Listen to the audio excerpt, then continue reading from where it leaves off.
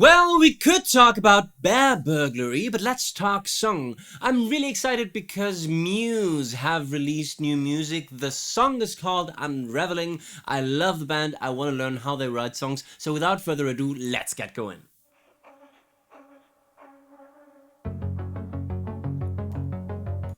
Boom, let's find the key first.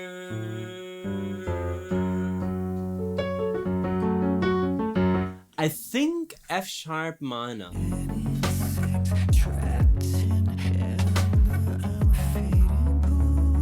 Interesting. Okay, so this is the beginning of the verse clearly, and this Matt Bellamy typical whiny but cool vocals. An insect trapped in amber. I'm a fading pulse. The ecstasy was false.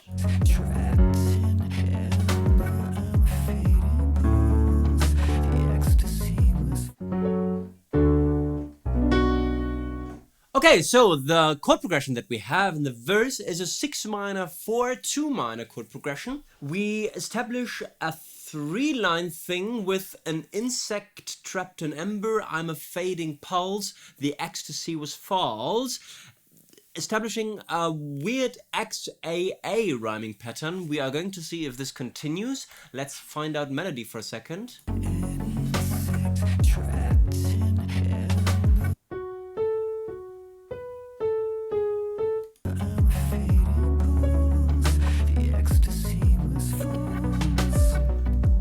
So the melody is ba bum bum ba da da da da ba ba ba da da da da da. Establishing that really cool leap. First a 5th leap from F sharp to C sharp, then becomes a 6th leap from F sharp to D. This is kind of the hook in the verse.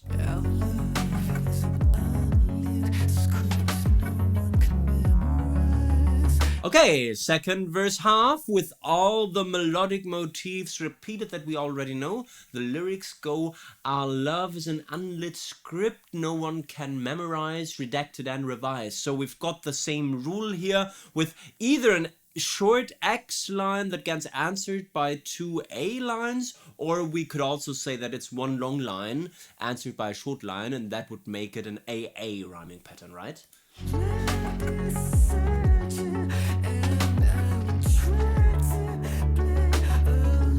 Alright, so clearly still the verse, but the melody does something totally different, and also we change this whole long line, short line idea. So the melody does now.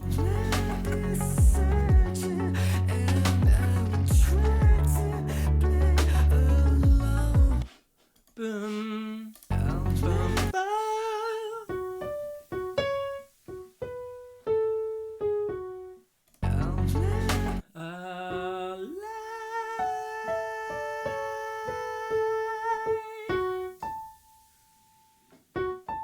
Oh, that's why I was struggling, because it's actually a 10th leap now. Right? Jumping from F sharp to A, but not to the closer A, but instead to 1 octave plus a minor third above. Really cool.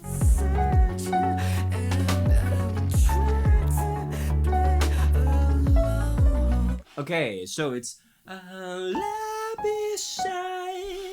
and then I lose it.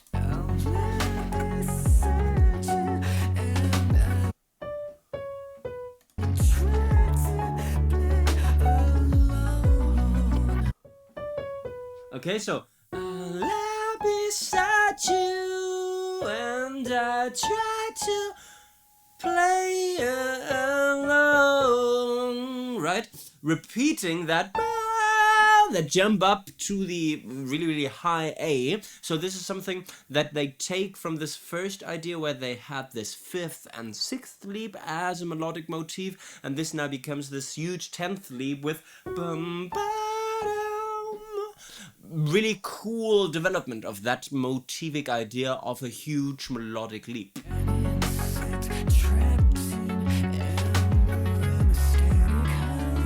And they go back to the original verse idea Also with similarities in the lyrics. So now it's an insect trapped in amber, I'm a static hum, no longer happy dumb, okay? With the same 5th and minor 6th melodic idea there. Very, very cool. Let's talk about verse structure for a little bit, because this is something that we would normally expect for a chorus structure, and that we have seen in quite some pop songs, where we basically have a 4-part chorus, in that case verse, but the structure is still the same. 4 parts, 3 of which are basically the same, namely the 1st, the 2nd, and the 4th, because the 3rd part is reserved for a totally new perspective, right? So we said that repeating things 4 times in a row will get boring. Repeating things 3 times in a row will also get boring. So if you will repeat those 3 things, then a good idea would be to introduce a variation in structure, form, or part number 3, so that you freshen up things a bit.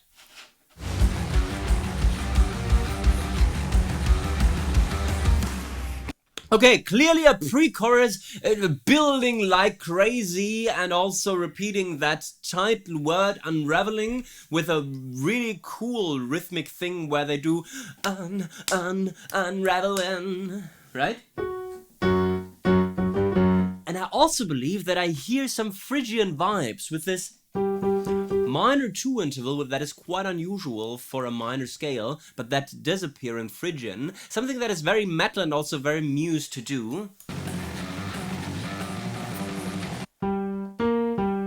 It's even Phrygian major, right? So they the important notes also in the harmony and in this background riff are F sharp, G, and then A sharp, right? Creating this really, really weird augmented second as an interval, right? Making this very oriental in sound. And this builds 4 times in a row.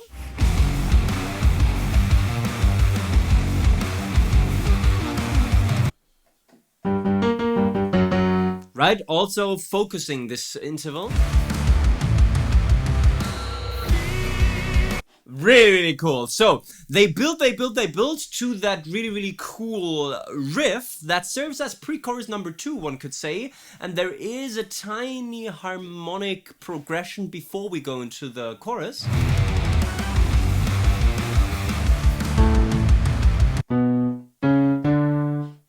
Is there a D?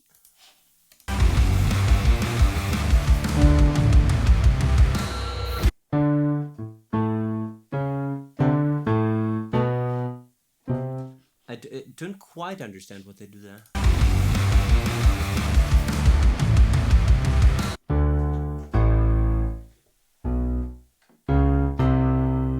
Okay. Is, I believe, the 3 notes that they play to transition to something that will certainly be the chorus, but we don't know anything about it. So, D, A, and C. The odd one out is this C, because the C is not really important in F sharp, but it is in F Locrian. So maybe we were not in the mode of F, sorry, I said F, so F sharp. Maybe we were not in the mode of F sharp Phrygian, where we would have a natural 5th, but instead we were in the mode of Locrian, where we have both this characteristic minor 2, but also the minor 5, right? Creating this cool thing here, right? The tritone interval, but I don't know. What's next?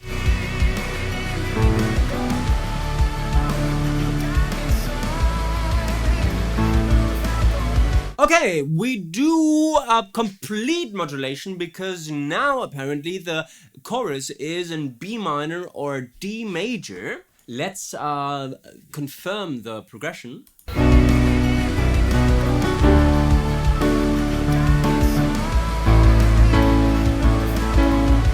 Really conventional almost, right? A 6 minor 1 5 4 progression. So B minor, D, A, and G, where we have completely changed the tonality from this F sharp idea in the verse to basically D major. melody does.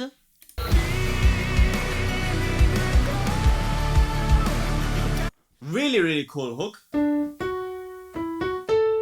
Right? Simple but effective. Feeling the glow. Hammering in those two essential notes for the D major scale, the F sharp and the A. Feeling the glow die inside of our bones. This is a hymn for our love with no God and no throne. Really important and weighty words, and a cool sing-along thing that we would expect from Muse.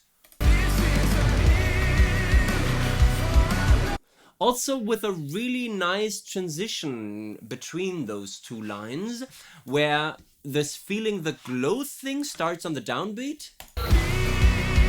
Right, this is the powerful beginning of the chorus. Feeling the glow! And they don't do that for the second line, which they build up with a tiny, tiny pickup line. Right, with this is a hymn! Thereby connecting both lines elegantly.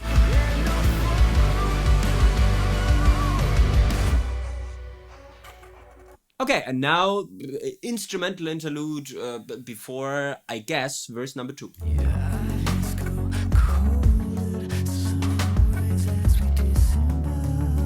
Everything the same, your eyes go cold at sunrise as we disembark, you left me in the dark.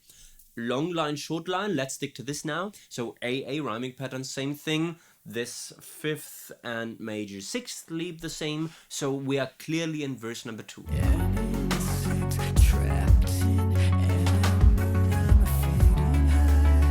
Shorter verse 2. So in verse 1 they had this 4-part verse where they had this variation in number 3. They don't need this here because they only leave 2 bits, and they also recycle ideas in terms of lyrics, where again we've got this insect trapped in amber. This time I'm a fading high, our heaven is a lie, and now we go to something that we already know.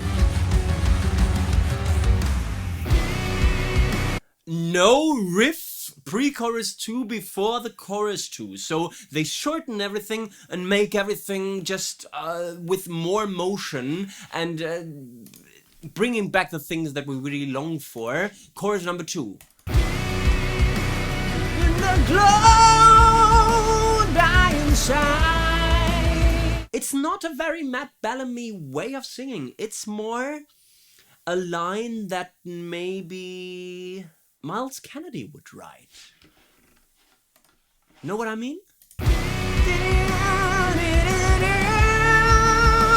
But still cool.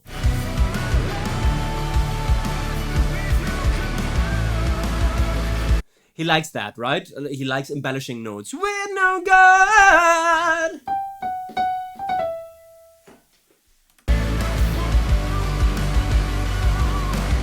And they've got another melodic idea that they repeat. It's that at the end, right? So this is the rhyme words bones and throne, both of which do that. Right? So the complete line is something like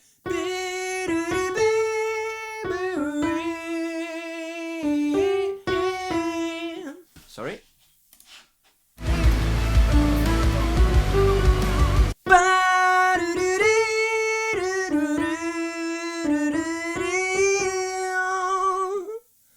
And then this transition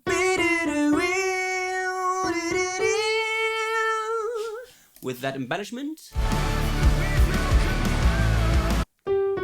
We're no God and no throne. And this is the tagline to both lines, connecting them nicely.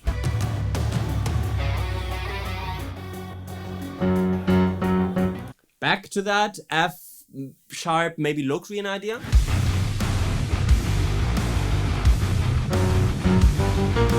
Really, really so bassy and so deep that I'm really happy to have those beautiful Sennheiser E something something HD 490 Pro that allow me to hear everything.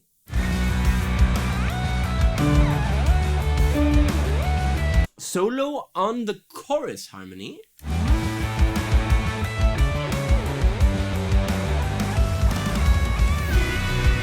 Last chorus kicking in. There was not a lot of transition and build up to the last chorus, right? Okay, a decent drum fill, but nothing extraordinary.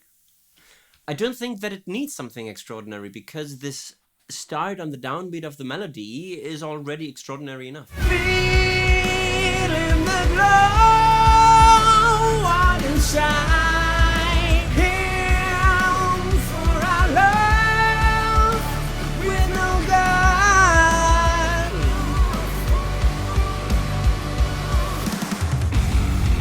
Additional bar, right? Hammering in this G chord and repeating, literally repeating the last line. And no throne.